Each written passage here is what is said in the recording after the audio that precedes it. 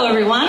Hi. This is so exciting. I'm so much more sober than usual when I tell it to Bawdy, and it's so much brighter than usual, so thank you for bearing with us. Thank you for that wonderful introduction. You just shaved like 2 minutes off my story because I'm an author, and I wrote 2 books about lesbian werewolves, as you heard. And it's really funny, when the first book came out, something weird happened. This was in 2011, and people started, like friends and fans both, started like referring to me as if I had some sort of weird connection with my characters, right? Like, people would email me and be like, "Hey, wolf girl, how's it going?" Or people would see me on the street and they'd be like, "Oh, hey, she-wolf, ow, ow, ow!" And I'm like,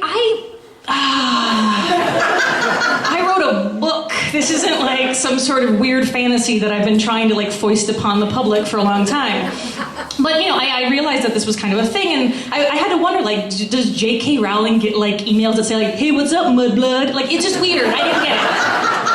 So I kind of just had to roll with it, though, and it got even weirder when I went on tour. So I went on tour with the first book, and in every city, I got the same question, and I wasn't expecting this question at all. And people would come up to me, and I'd be saying, "Oh, the book's about lesbian werewolves," and people would be like, "Oh, cool. Is it fiction?" Swear to God, right? Thank you. And at first, I'm like, that's a moronic question. And so I would give it an equally moronic answer. I'd be like, yeah, it's fantasy.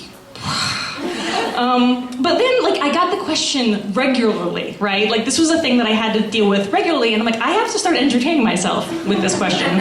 So people would ask me, "Is it fiction?" And I would say, "It's memoir." And the amount of information I got when people responded to that was really amazing, right? I would get people who would either laugh nervously, or I would get some people who would actually like, continue the line of questioning. Like as if I would illuminate my past as a lesbian werewolf to these people.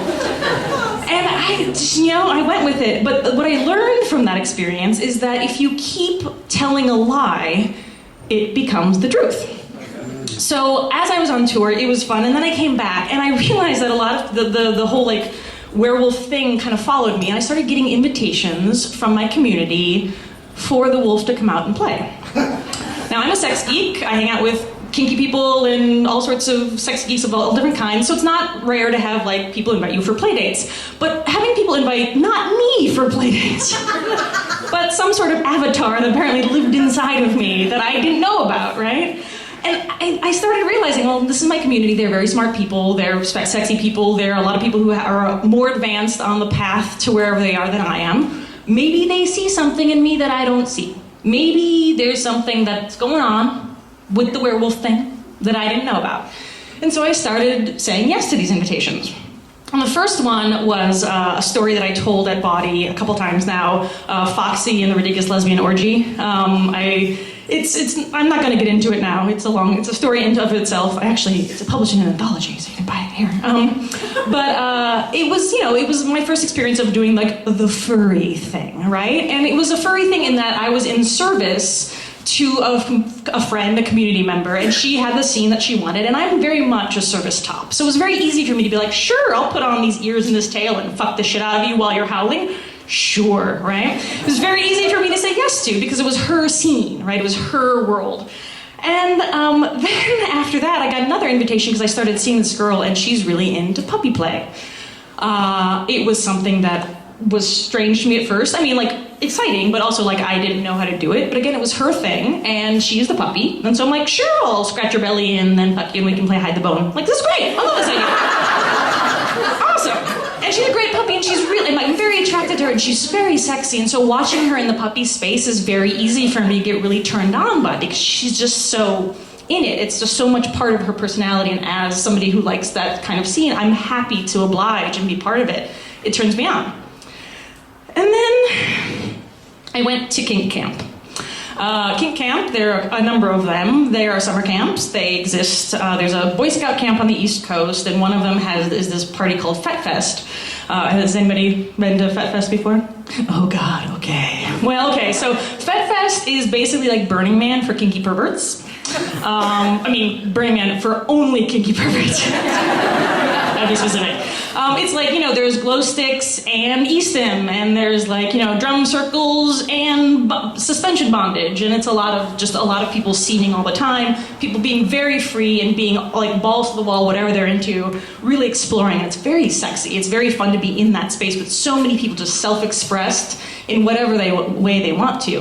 And I end up usually feeling like the pretty vanilla one there. My partner's a sex educator, and so I went with him. He was teaching some workshops. And so we went to camp, and it's always fun for me to be in that energy, even if I'm not like into like the cattle prodding. But I'll be naked in the pool, and that's fine. So we went to camp, and I'm like, well, I'll bring my ears and tail. You never know.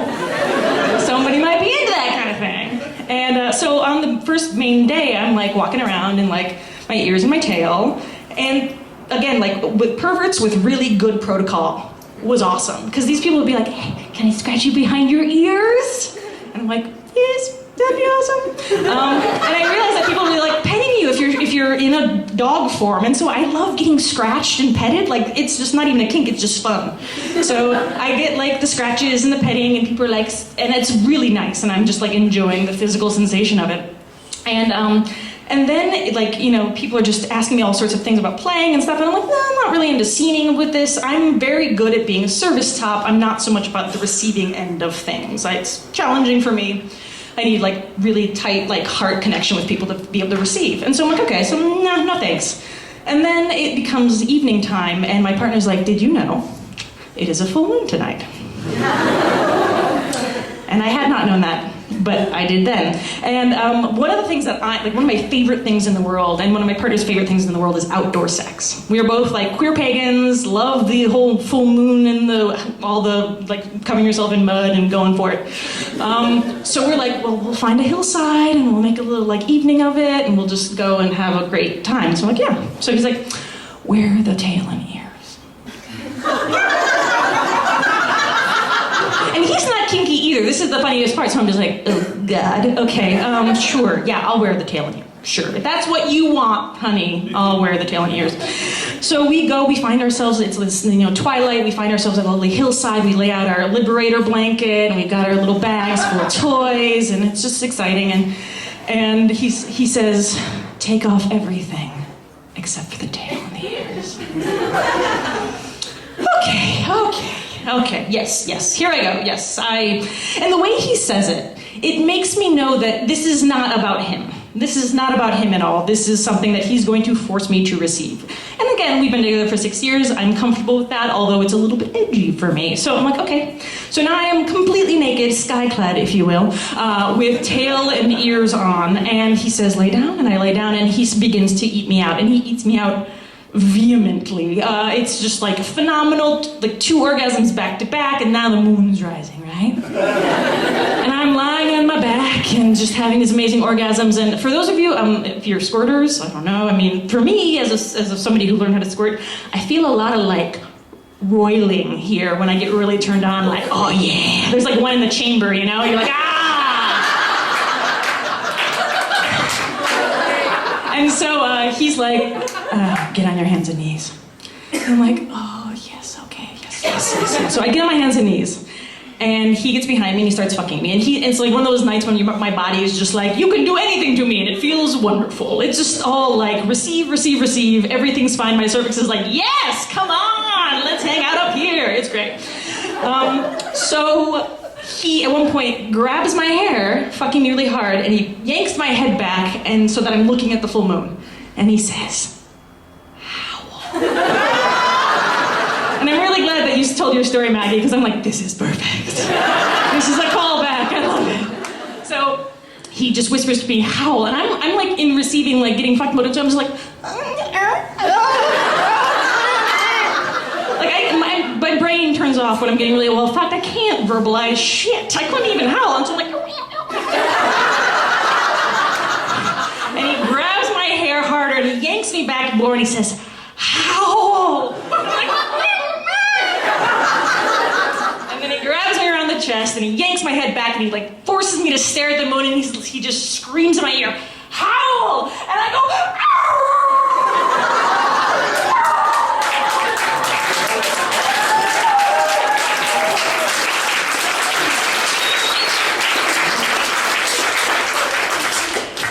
soak everything. Everything. The full moon was in control. And as I come back to myself, I've got my huge man on my back and he's holding me and I'm spent, and there's that whole like division between like self and world that kind of falls apart and then comes back again, like post-coital fabulousness, and like the fragments of my consciousness are like boop, boop, boop, boop, right back in. And I have a moment when I realize, in the whole like exploration of the wolf thing, I forgot something. I forgot the where of the werewolf. I was trying to find the wolf, and I forgot that werewolves, they're both. Sometimes they're people. And you can be a person if you want to. And I realized that in the world that I created in my books, they get to choose when they're a wolf and when they're a person, and now so do I. Thank you.